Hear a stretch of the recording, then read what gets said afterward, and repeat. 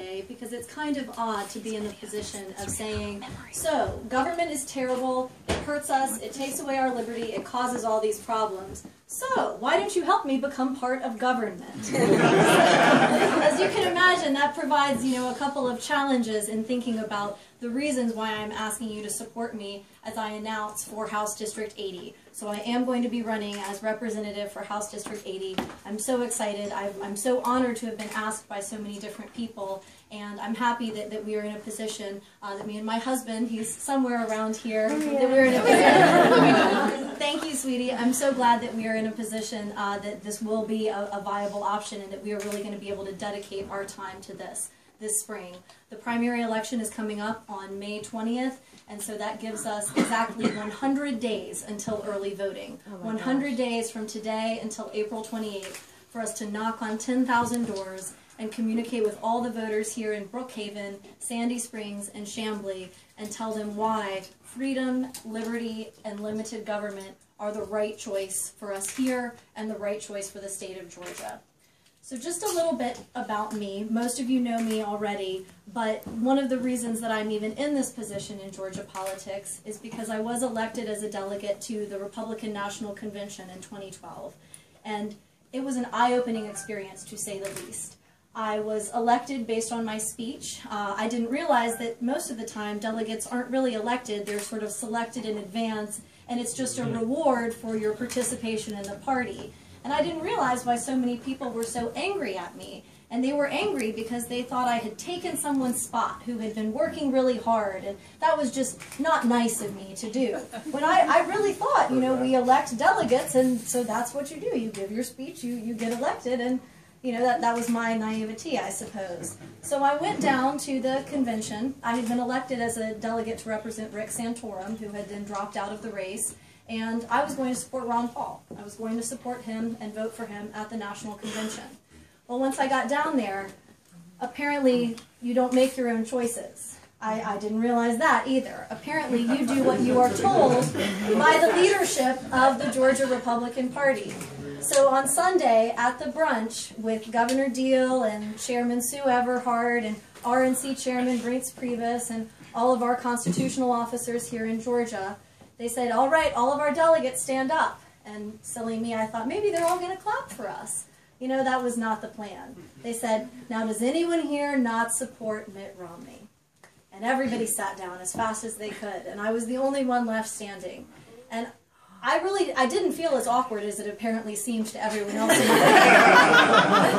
We were standing there, we had a great brunch. The food was fantastic. I had a great time. And, they start the dialogue, and apparently this made a lot of people very uncomfortable and angry. And that was when they said, all right, well, we'll need everybody to sign up with this loyalty oath. We'll need you all to line up and sign this oath.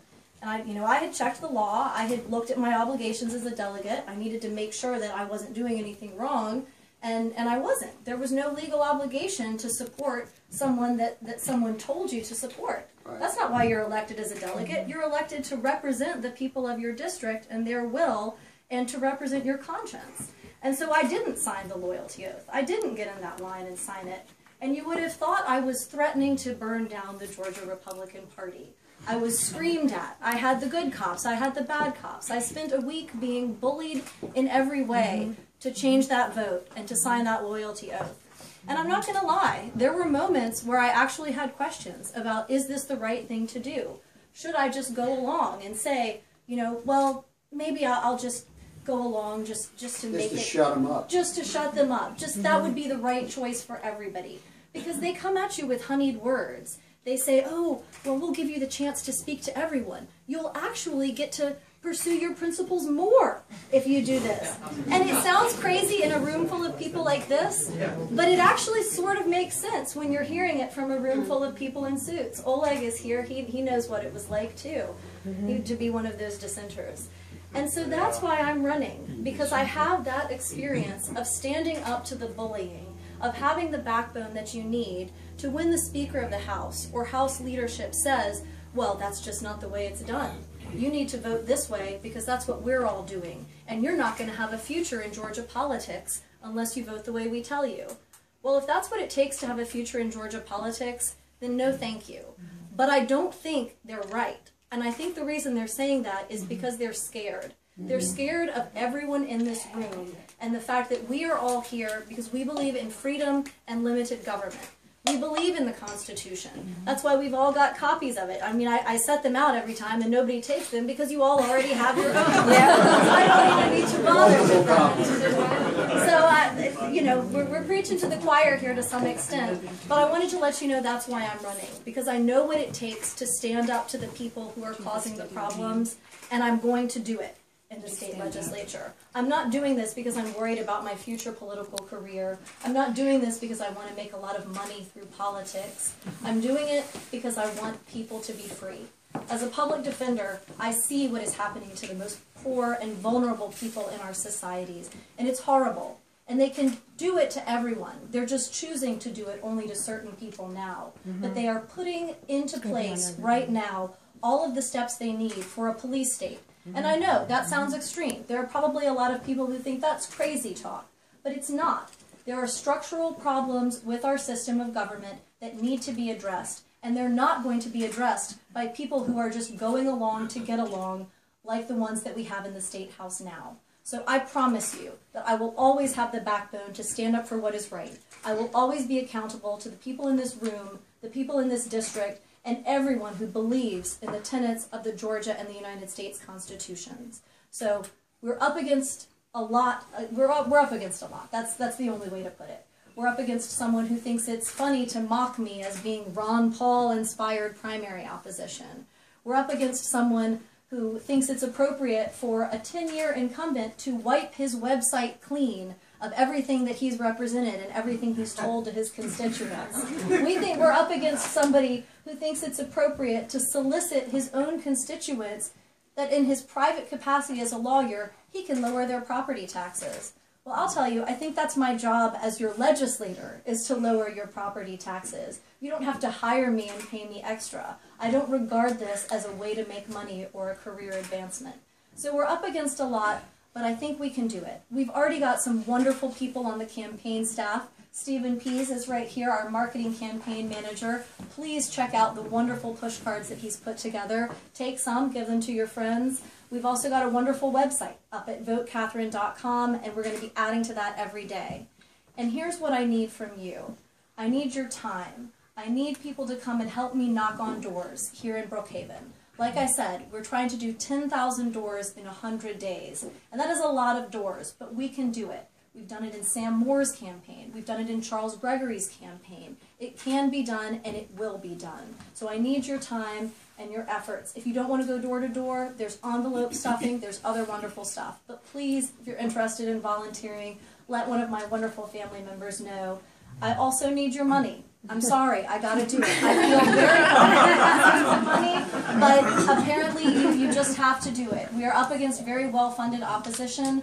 We are an all-volunteer campaign staff, but we are needing printing costs, we need postage costs. That's actually what eats up the $50,000 that I'm going to need to raise in order to successfully run this race. So please, if you can, give some money. If you can't, and you are giving your time, ask someone else. Tell them, I know someone who believes in limited government and who promises to fight for it. So that's what I need. If you have contacts here in House District 80, we've got this big, wonderful map right here. So if you know anybody who lives in this not gerrymandered at all district. It looks like the state of Texas. Stretched out, doesn't it? Where's Austin? Well, so we're right down here, and so we've got all of this part of Sandy Springs in Fulton County. We've got Brookhaven right here, and we've got Chamblee right here, a little slice of that. So if you know anyone in any of those areas, old college friends, friends from work, people that you met through a group or an activity, we want to talk to them and understand what they want, what they need for House District 80. So please, that's what I need from you. And what I will give you in return, I promise, is a backbone at the Georgia House of Representatives. I promise to always... Woohoo!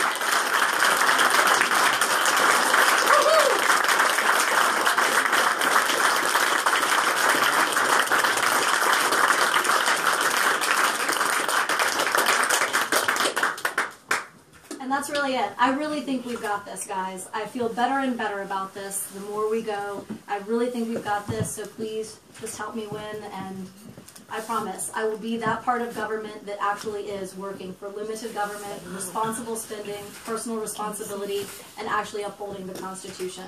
It's not a bad document. Thanks, guys. Thank you.